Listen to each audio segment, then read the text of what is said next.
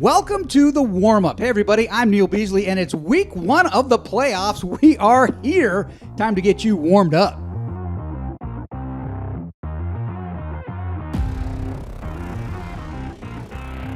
It's playoff time in the greater Houston area, and the long 6-week journey to become a state champ has begun. Let's preview some of the key playoff matchups in the lineup.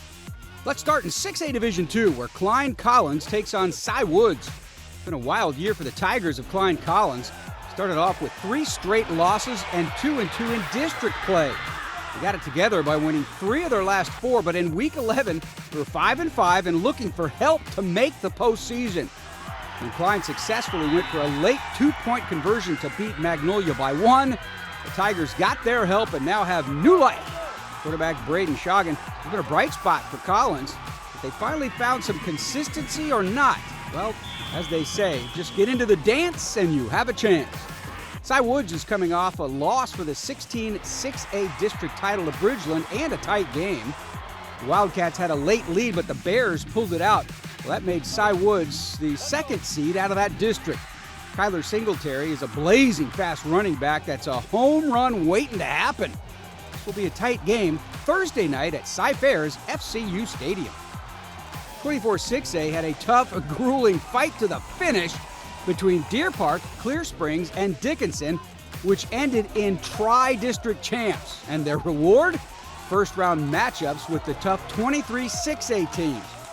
The Gators get a home game, but it's against the mega power that is Atascocita. Dickinson will have to cling to that home field advantage, as this game will be an uphill battle.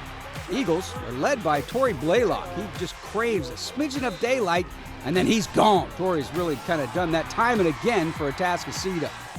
Throw in a dynamic dual threat like Carday Mack and Atascocita is one tough out. Dickinson stumbled against Clear Springs, but when they needed it most, they got big plays out of quarterback Joshua Arthur. He'll need a huge performance out of his big tight ends, Jeremy Scobie and Mason Peterson, to produce long, time-consuming drives that just might keep the ball out of Atascocita's hands. The warm-up is brought to you by the Houston area Chevy dealers. Come in and test the all-new Silverado today. And by DQ for treats and eats before and after the game. Also by Parker University. Check out our bachelor's degree in strength and human performance today. The Big 12 and SEC are headed to Houston for the 2024 Texas Bowl at NRG Stadium on New Year's Eve. Join the waitlist now at thetexasbowl.com.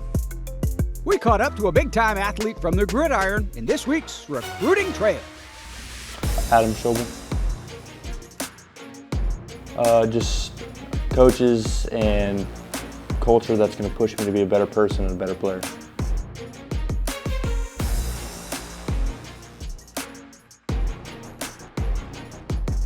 I just want to, be one of the guys, be a good teammate, and push myself to be better every day.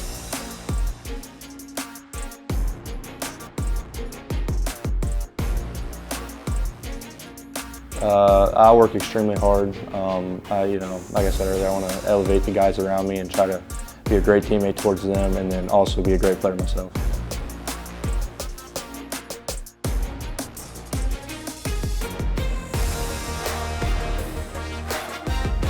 I love football, and I'm going to work hard, but also, I guess I want to be a great teammate.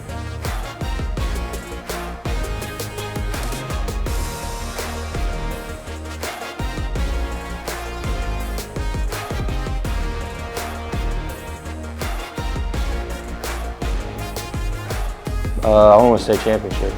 That's obviously a goal. We got a lot of work to do, but I want to win a state championship.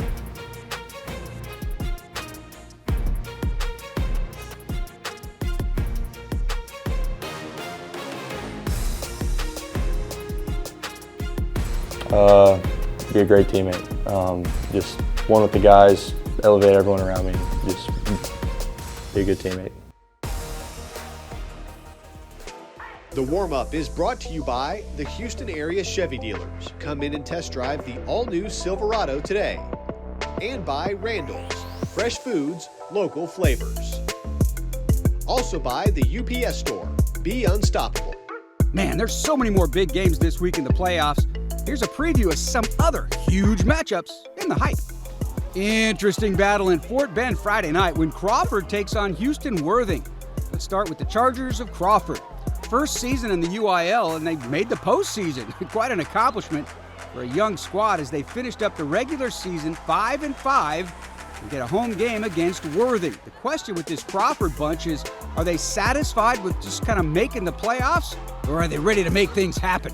Because Worthing is convinced this will be the year Houston ISD will break through with a playoff victory or two. The Colts have an absolutely smothering defense that led Worthing to a 10-0 regular season record. Corey O'Brien and the rest of the Colt defense have pitched 6 shutouts. In 9 of their 10 wins, they've allowed a touchdown or less. That D is as stingy as they come. Fulshire has been on cruise control for a couple months now as they've found little resistance in 26A. The Chargers will take on a well-tested Katy Pato Panthers in the first round. Pato 7-3, and in the last 9 games have only lost to state-ranked Katy and Katy Jordan. The problem that lies in front of them with Fulshire is being able to keep up. Pato doesn't have a very high-powered offense, so they don't go score to score with Fulshire. But their defense is led by Dejan Petaway, who will hope to make enough stops to hold the Chargers at bay. On the other hand, since gutting out a 19-12 win over Pearland in Week 1, Fulshire hasn't scored less than 6 touchdowns a game and has won their remaining 9 games by an average of 33 points. Patrick Broadway and Zane Smith have been a sweet tandem in the backfield. Broadway brings the speed, Smith brings the brawn. Fulshire is hoping for a deep playoff run in their first run at 6A football. Hey, that'll do it for today's show. Thanks for joining us. We leave you today with the final 6A Coaches Poll of the Year. Hope we got you warmed up. Go out and catch some incredible Texas high school football playoff action this weekend.